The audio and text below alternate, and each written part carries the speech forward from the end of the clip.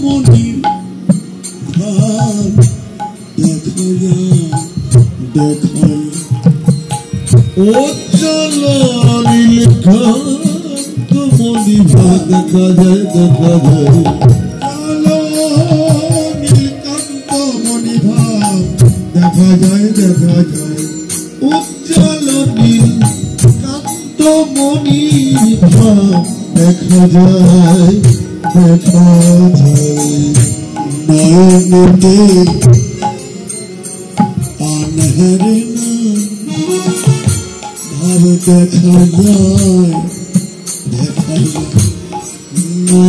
যায় নয়নেতে আনহারে না ভাব দেখা যায় দেখা যায় নয়নেতে আনহারে না ভাব দেখা যায় দেখা যায় নয়নেতে আনহারে না উজ্জ্বল নীলকান্ত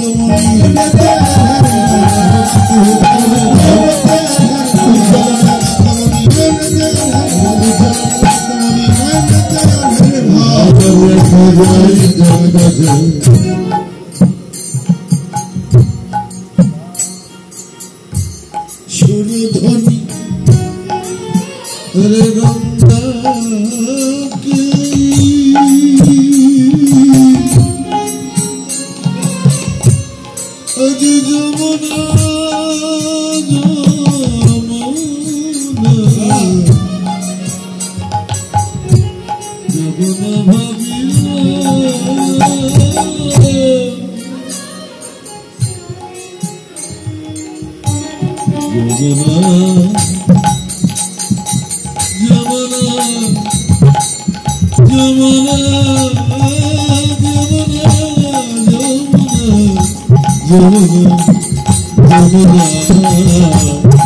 যমুনা ভাবিল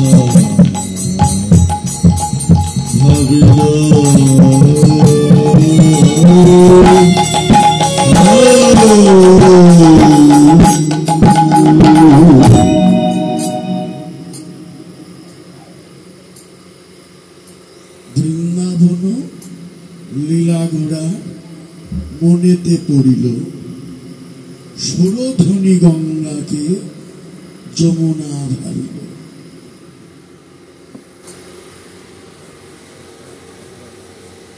নবদ্বীপে গৌরাঙ্গ মহাপ্রভু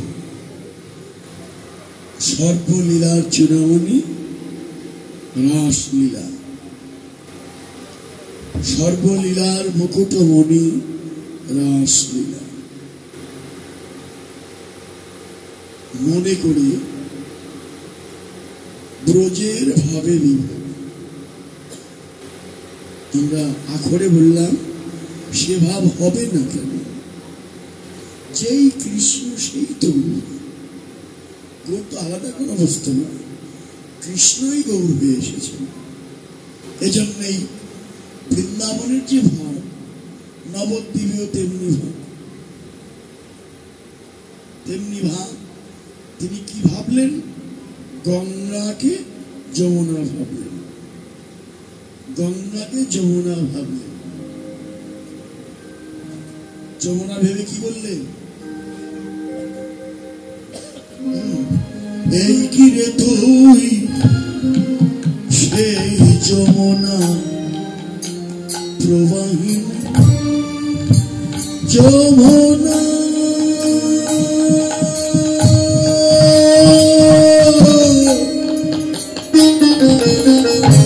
যমুনা যমুনা এই কি রে তুই সেই যমুনা প্রবাহিনী যমুনা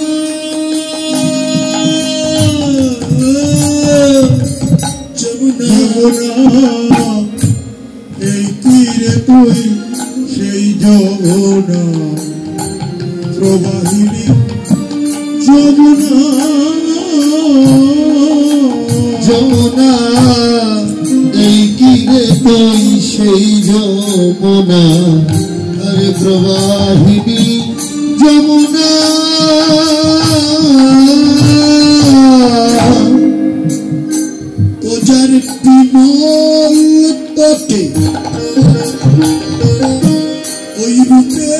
হাটে বিকাত নীল কান্তমণি ও যারা বিমল তটে ওই রূপের হাটে বিকাত নীল কান্তমণি তার বিমল তটে রূপের হাটে বিকাত নীল কান্তমণি যার বিমল তটে রূপের হাটে বিকাত নীল কান্তমণি যমুনা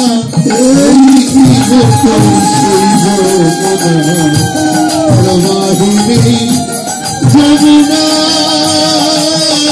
যমুনা সে যমুনা প্রবাহিনী যমুনা।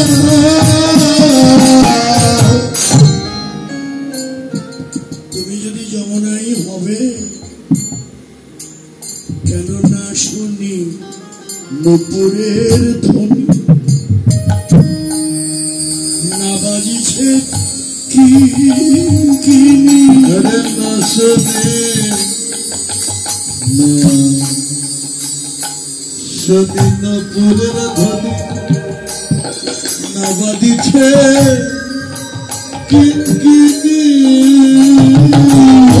না শুনি নুপুরের ধ্বনি না বাজিছে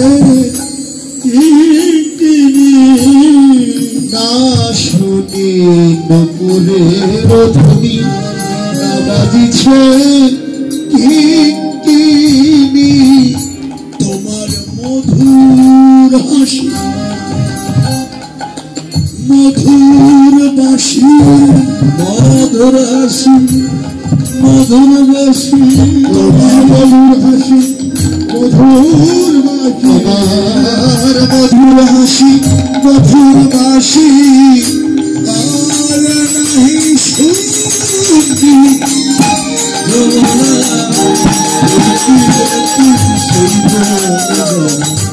প্রবাহিনী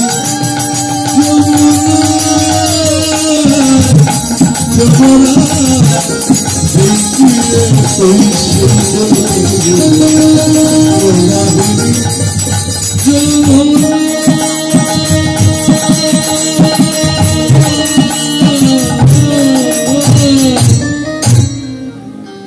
তুমি যদি যমুনাই হবে কোথায় চারু চন্দ্রা বলি কোথায় রাধা শোনে সেই চলকেলি কোথায় চারু বলি কোথায় রাধা শোনে চলকেলি কোথায় চারু চন্দ্রাবলী কোথায় রাধা শোনে জলকেলি কোথায় চারু চন্দ্রাবলী কোথায় রাধা শোনে জলকেলি কোথায় রাস বিহারী বংশীধারী কোথায় রাস বিহারী বংশীধারী বিহারী বংশীধারী কোথায় রাস বিহারী বংশীধারী কামেতে রাই যমুনা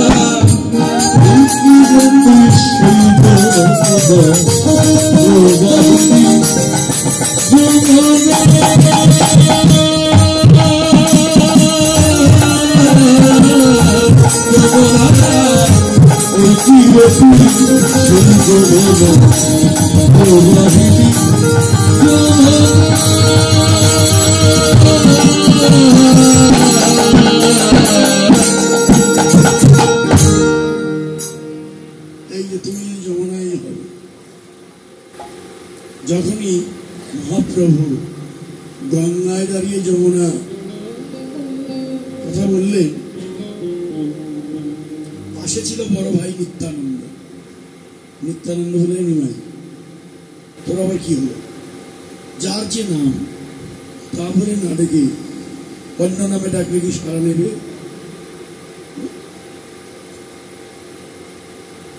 তুই দাঁড়িয়ে আছিস গঙ্গার তীরে আর ডাকছিস যমুনাকে, তুই সারা নেয়?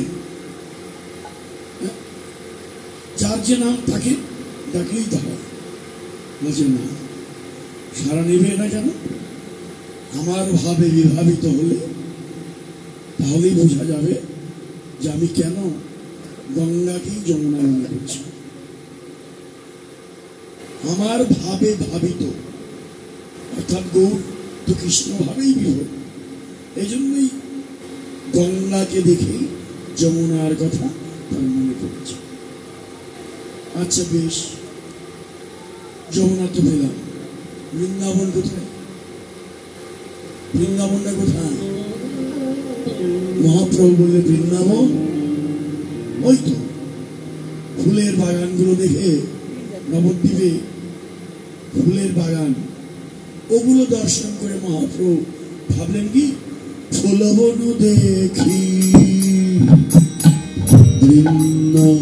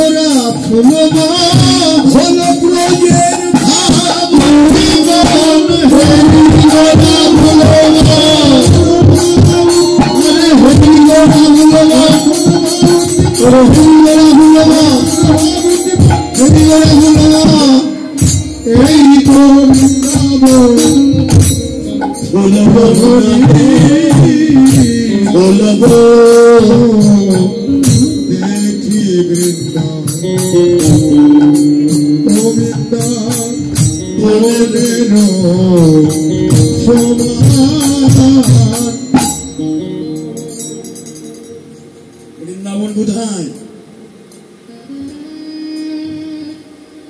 এই তো বৃন্দাবন, এই তো বৃন্দাবন, এই তো বৃন্দাবন, এই তো বৃন্দাবন, যেখানে হয় হরিনাম গুণ লীলা কীর্তন, সেই তো বৃন্দাবন, হরিনাম সংকীর্তন, সেই তো বৃন্দাবন, যেখানে হয় হরিনাম সংকীর্তন, যেখানে হয় হরিনাম গুণ লীলা কীর্তন, সেই তো বৃন্দাবন। তাহলে আরো বৃন্দাবন বৃন্দাবন। এই তো বৃন্দাবন,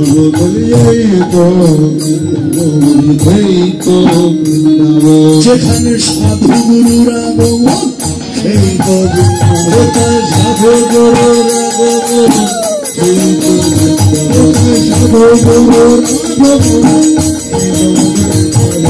সাধু গুরুর আগমন, সেই তো বৃন্দাবন। দেখি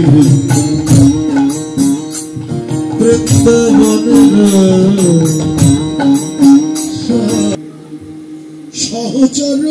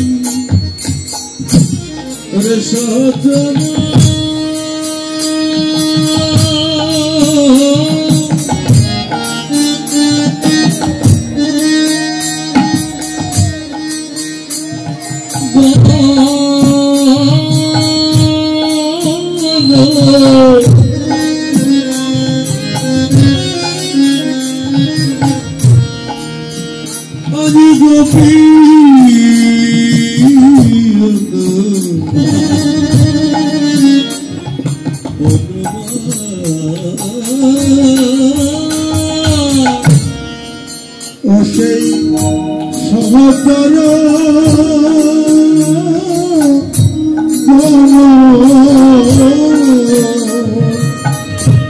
ওই গোপীয়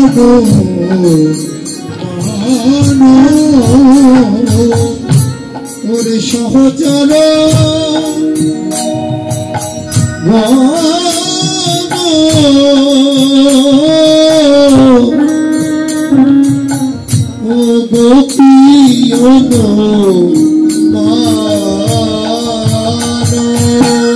এরাই তো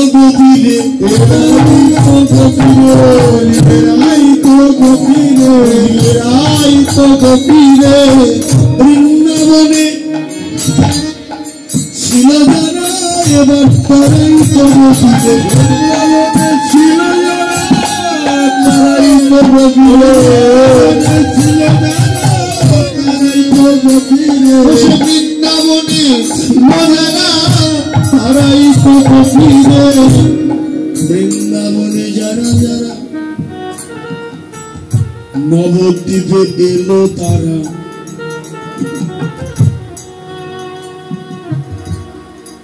বৃন্দাবনে কারা ছিল? কৃষ্ণ কাদের নিয়ে বিলাস করেছিল? তারা ছিল গোপী। গোপীদের নিয়ে রাসের নৃত্য আদি যা কিছু করেছেন সব গোপী। আর নবদ্বীপে কারা? নিতাই, অদ্বৈত, শিবাল, গদাধর, রামানন্দ, স্বরূপ দামোদর, যত নাম আছে কোনো গোপীর নাম আছে। এই যে নবদ্বীপে কোনো গোপীদের নিয়ে মহাপ্রভুর বিলাস হয়েছে এমন কোন ইতিহাস ঘটনা আছে? সবই পুরুষ। মহাপ্রভু খুব সতর্ক এ বিষয়ে। যখনই তিনি 24 বছর পার হলেন, সন্ন্যাস নিলেন, এরপরে বিষ্ণুপ্রিয়া তার কি সহধর্মিনী বিষ্ণুপ্রিয়ার মুখটা পর্যন্ত তিনি দেখেন। আর বিষ্ণুপ্রিয়ার যে ত্যাগ আর দুঃখ, এটা ভাবলে প্রাণ বন্ধু হারানোর যে কি জ্বালা, একমাত্র বিষ্ণুপ্রিয়া। রাধারানী দুঃখকেও হার মানিয়ে দেয়। রাধারানীর কি দুঃখ, সে তো জানে কৃষ্ণ যখন মথুরায় গেলেন ফিরে আসবেন, কথা দিয়ে গেল, বা মথুরায় যদি থাকেও তাকে ভালোবাসবার মতো অনেকেই আছে। হ্যাঁ, তাকে ভালোবাসবে, তাকে ভালো খাবারে, এটা রাধারানী জানে। তার দুঃখের চেয়ে বিষ্ণুপ্রিয়ার দুঃখ কোটি কোটি গুণ বেশি। তার কারণ নিমাই যখন সন্ন্যাসী হয়ে যায় তাকে দেখবার মতো কেউ নেই। তাহার কখনো ধুলায় গড়াগড়ি দেয়, কখনো কৃষ্ণ বলে সর্বাঙ্গে দেয়ালে সব দেহ দেহ ঘষতে ঘষতে রক্তাক্ত হয়ে যায়, কখনো খর্বাকৃত হয়, কখনো কুর্মাকৃত হয়। এই যে তার ভাব, পাগল, তাকে দেখবার মতো কেউ নেই। বিষ্ণুপ্রিয়া ভাবে আর নয়নের জলে বক্ষ হাসিয়ে দেয়। যখন বিষ্ণুপ্রিয়াকে ছেড়ে চলে গেল, এসেছিল একটা নবদ্বীপে। কে কে দেখা করতে পারবে? অনেকের মধ্যে একজনের নাম মা শচীদেবী পারবে। মা তো আচ্ছা, বিষ্ণুপ্রিয়া না হবে না। বিষ্ণুপ্রিয়ার দর্শন বিষ্ণু সেদিন থেকেই জেনেছিল জন্মের মতো হারিয়েছিল। প্রাণ বলল আর কোনোদিন পাবো না। এই যে নয়নের জল, বিষ্ণুপ্রিয়ার ত্যাগ মহিষী না। আমরা বিষ্ণুপ্রিয়ার কথা বলার সুযোগ পাই না, কিন্তু বিষ্ণুপ্রিয়ার যদি ত্যাগ না থাকতো আমরা মহাপ্রভুকেই পেতাম না। এই যে মহাপ্রভুকে যে পেয়েছি, এটা বিষ্ণুপ্রিয়ার ত্যাগের বিনিময়। কে বলেছে বিষ্ণুপ্রিয়াকে ছেড়ে চলে গেছে? না, আমি বিষ্ণুপ্রিয়াকে ছেড়ে যাইনি। বিষ্ণুপ্রিয়ার মনের অভিলাষকে পূর্ণাঙ্গ রূপ দিতেই তিনি সন্ন্যাসী হয়েছেন। যখন বিয়ে, বিষ্ণুপ্রিয়ার সঙ্গে যখন নিমাইয়ের বিয়ে হয়, বাসর ঘরে যাবার সময় আঘাত লেগে রক্ত বের হল। অমঙ্গলের চিহ্ন তখনই। এখন বাসর ঘরে যখন গেল, নিমাই তখন বিষ্ণুপ্রিয়াকে জিজ্ঞেস করেছিলেন, আচ্ছা প্রিয়ে, তুমি আমাকে চেয়েছিলে, পেয়েছ, আমিও তোমাকে চেয়েছিলাম, পেয়েছি, দুজনের আশাই তো পূর্ণ হলো। এবার তোমার অন্তরের আর কোনো ইচ্ছা যদি থাকে আমাকে বলে ফেলো। আর কোনো ইচ্ছা থাকলে বলো। ওই বাসর ঘরে বিষ্ণুপ্রিয়া তখন কেঁদে কেঁদে বলেছিলেন, হে প্রাণবল্লভ, তোমাকে যেদিন প্রথম দেখেছি, তোমার অবিয়ন সুন্দর রূপ, অনিন্দ রূপ, জগজগ মনোহরী রূপ, ওই রূপ দেখে আমি মনে মনে ভেবেছিলাম, আহারে এমন রূপ তুই নয়নে দেখে আমার স্বাদ মিটে না। এই রূপ যদি আমি কোটি কোটি নয়ন দিয়ে সকলের মাঝে এনে দেখাতে পারতাম, তবেই মনে হয় আমার স্বাদ পূর্ণ হতো। আমি কোটি কোটি নয়নে দেখতে পারতাম না, আমার একার নয়নের স্বাদ মিটল না। এই যে তার কথা, যে কোটি কোটি নয়নে রূপ দর্শন, তাহলে সকলের মাঝে তাকে দেখানো বা তার লীলা প্রকাশ করাটাই বিষ্ণুপ্রিয়ার মনের অভিলাষ ছিল। তখনই মনে মনে নিমাই তখনই প্রতিজ্ঞা করেছিলেন, বেশ, তোমার ইচ্ছাই আমি পূর্ণ করব, আমি যাব, আমি সকলের মাঝে যাব। কোটি কোটি নয়নে তো দেখতে চেয়েছো তুমি, তোমার আশাই পূর্ণ হবে।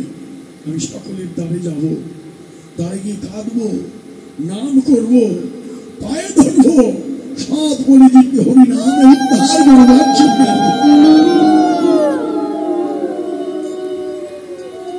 এই যে তিনি এলেন আমাদের মাঝে, তিনি এলেন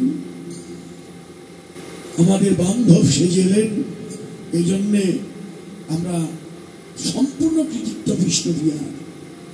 বিষ্ণুপ্রিয়া যদি ছেড়ে না দিত, আমরা মহাপ্রভুকে দিতাম না। এই জন্য মহিষী নারী যদি থাকে, বিষ্ণুপ্রিয়া। কত ভজন! হ্যাঁ, দেখেন, স্বামী কাছে নেই, কিন্তু তার চলন বলন কি হওয়া উচিত? একেবারেই সাধারণ হওয়া উচিত, কিন্তু আমরা সেগুলো মানি না। আমার স্বামী যখন আমার কাছে থাকে না, তখন তার চলন বলন, তার কথা এমন হওয়া উচিত, তার স্বামী যদি বিয়োগ হয়ে যায়, মৃত হয়ে যায়, সে বিধবা নারীর কি করা উচিত সেগুলো শাস্ত্রে কিন্তু যথাযথ নিরূপণ করা আছে, কিন্তু আমরা তার একটাও মানি না, যার জন্য জগতে অপরাধ বেড়ে যায়। হ্যাঁ, বিধবা নারীদের যেভাবে থাকার কথা, তার মাথার চুলই থাকবে না, সম্পূর্ণ সে একেবারে সন্ন্যাসিনী হয়ে যাবে, চুল পর্যন্ত থাকবে না, হাতর চাউল গ্রহণ করবে, যে পণ্ডিতরা এরা জানে। হ্যাঁ, এরকম বিধান আমাদের মধ্যে আছে। এমন জীবনযাপন করবে হৃদয়ের কাম, লোভ, সব তার দূর হয়ে যেতে হবে, দূর করে দিতে হবে স্বামী বিয়োগের পরে। আগে তো আরো কঠিন ছিল, কি বলে সতীদাহ প্রথা ছিল, এমনি এমনি করেনি। অনেকেই আমরা এই বিরুদ্ধাচরণ করি বা সেটা করেছি আমরা, ঠিক আছে, জীবন্ত মানুষকে মারা উচিত নয়, কিন্তু এমনি করেনি। ওই দেখা যেত ওই বিধবারা সমাজের এত কলঙ্কিত হতো, হ্যাঁ, নানা পুরুষের সর্বনাশ করতো তারা, এই জন্যই এত বড় একটা কঠিন নিয়ম পালন করে দিয়েছিল। এখনো জগতে এরকম চলছে না, এই জন্য এমনি এমনি এই নিয়মগুলো বানিয়েছিল। যাই হোক, সেগুলো শেষ। বিষ্ণুপ্রিয়ার ত্যাগের কথা শুনেন। বিষ্ণুপ্রিয়া যখন জানতে পারলেন জন্মের মতো প্রাণবল্লভকে হারিয়েছি, আর তাকে পাবো না, আমি তার দর্শন পাবো না, তখন তিনি তার জীবনযাত্রা ঘরের এক কোণে বসে দুটো মাটির হাড়ি নিয়ে এক মুষ্ঠ চাউল একটা পাত্রে রাখতেন, আর একটা করে চাউল উঠাতেন, আর কৃষ্ণ নাম করতেন, হরে কৃষ্ণ কৃষ্ণ কৃষ্ণ হরে হরে, হরে রাম রাম রাম হরে হরে। আর একটা সকাল থেকে সারাদিন ধরে হরি নাম করতে করতে যেটুকু অন্ন চাউল হতো, ওই চাউলটুকু রান্না করে মানুষে প্রভু গোবিন্দের, তার প্রিয়তম যিনি মাই মহাপ্রভু, তার নামে ভোগ নিবেদন করে ওই প্রসাদ তিনি গ্রহণ করতেন। আর কাঁদতেন, হয় সাধনা। এরপরে একবার মহাপ্রভু একটা শাড়ি পাঠিয়ে দিলেন ভক্তদের কাছে।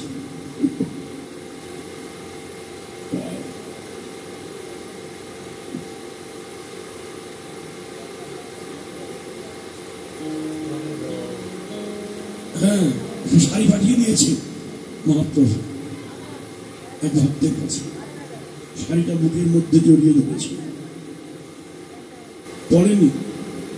পড়েনি যে আমার প্রাণ বল্লভ ছিঁড়া কণ্ঠধারী, হ্যাঁ, তার মলিন বসন, তবে আমার প্রাণবন্ধু আমাকে বসন দিয়েছে, এটা আমি পূজা করব,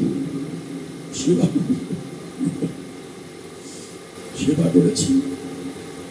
ওই বসন কখনো পড়েনি, এই মলিন বসন পরিধান করে থাকতেন। অর্থাৎ জাগতিক সুখ সব বিসর্জন দিয়ে শুধু কৃষ্ণ নাম করে তার জীবন কাটিয়েছিল। এই যে বিষ্ণুপ্রিয়ার ত্যাগ, তার যে ভজন, ধন্য, তার চরণে আমরা প্রণাম জানাই। জয় হোক বিষ্ণুপ্রিয়ার, জয় হোক তার ত্যাগের, যে মহাপ্রভুকে যার কৃপা আমরা লাভ করতে পেরেছি। আজকে আমার মহাপ্রভু কি করলেন?